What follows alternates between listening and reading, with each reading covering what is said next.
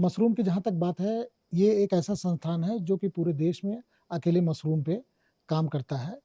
यहाँ से पॉलिसीज़ बनती हैं, यहाँ से रिसर्च का काम होता है, किसानों को ट्रेनिंग दी जाती है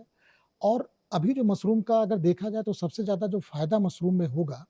उसमें पोषक तत्वों की बात हम करते हैं क्योंकि हमारी जो सामान्य गाँव में रहने वाले लोग हैं या सामान्य लोग हैं, उनको भरपेट भोजन तो मिल जाता है, लेकिन पोषण की सुरक्षा की जब आप बात करते हैं हम बात करते हैं, तो उसमें मशरूम एक बहुत बड़ा अवयव हो सकता है क्योंकि मशरूम में प्रोटीन पूरी मात्रा में होती है। विटामिन डी जो किसी दूसरी सब्जियों में नहीं होता है, वो मशरूम में पाया जाता है। इसलिए विटामिन डी अगर आप देखें तो हमारे देश में लगभग 80% जनसंख्या ऐसी है जिसमें अगर उनके उनका उनकी जाँच कराई जाए तो विटामिन डी की कमी मिलती है। तो एक बहुत बड़ा सोर्स विटामिन डी का मशरूम है जिसमें ये विटामिन डी उसमें मिलता है। दूसरी सबसे बड़ी बात है कि बहुत सारे प्रोडक्ट अगर पैसा मशरूम से देखा जाए तो अगर हम इसकी प्रोसेसिंग करते हैं, जो दूसरी कंट्रीज़ मशरूम प्रोसेसिंग में बहुत आगे जा रही हैं, तो मशरूम प्रोसेसिंग का अगर हम लोग ज़्यादा से ज़्यादा बढ़ावा देते हैं, तो किसानों को या जो हमारी इंडस्ट्री उसमें आ रही है, उनको बहुत अच्छा पैसा मिलेगा और साल भर मशरूम किसी न किसी रूप में खाने के लिए उपलब्ध रहेगा। अभी जैसा यहाँ पे हमने देखा स्टॉल आप घूम रहे थे, तो मशरूम का चॉकलेट भी लोगों ने बनाया हुआ है। तो उस चॉकलेट में जो चॉकलेट ऐसे बच्चे खाते थे जिसमें बहुत सारे गुण नहीं होते थे, बहुत सारे पोषक तत्व नहीं होते थे, तो शायद मशरूम का पोषक तत्व जो है वो बच्चों को क्योंकि बच्चे खाते हैं, कहा जाता है, हम लोग कहते भी हैं कि ज़्यादा चॉकलेट मत खाओ, नहीं तो ये नुकसान करेगा। लेकिन वो मशरूम से अगर चॉकलेट बना के देते हैं तो बच्चों के लिए वो पोषक तत्व के लिए बहुत फ़ायदेमंद होगा। हम लोग जो इसको पॉलिसी लेवल पे काम कर रहे हैं, अभी तक भारत सरकार द्वारा केवल एक तरह के मशरूम पर जो है सब्सिडी दी जाती है, वो बटन मशरूम है।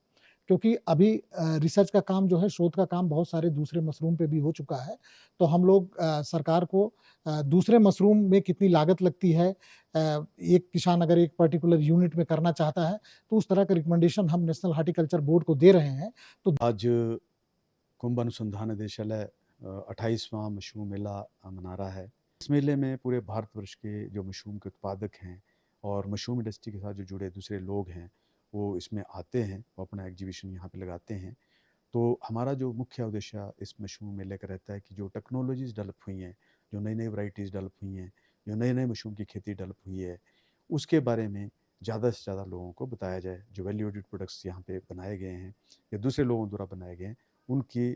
उसका प्रचार और प्रसार करना हमारा उद्देश्य होता है। तो इस मेले में एक तो हम एग्जीबिशन लगाते हैं, जिसमें कई स्टॉल लगभग कोई 30 एक जो एग्जीबिशन स्टॉल लोगों ने लगाए हैं, जिसमें खासकर जो हमने इस बार देखा कि कॉर्डिसेप्स के ऊपर जो एक ऑस्टिया मशरूम है, उसके ऊपर काफ़ी स्टॉल्स हैं और जो मशीनरीज़ मशरूम के इसमें ग्रो करने के लिए प्रयोग की जाती है, जैसे खम जो मशरूम के रूम्स होते हैं, उसमें वातावरण बनाने के लिए या कोई दूसरे औजार वगैरह जो यूज़ होते हैं मशरूम में, उसके जो मशीनें उसमें यूज़ होती है, उसके ऊपर भी कई स्टॉल यहाँ पे लगे हैं।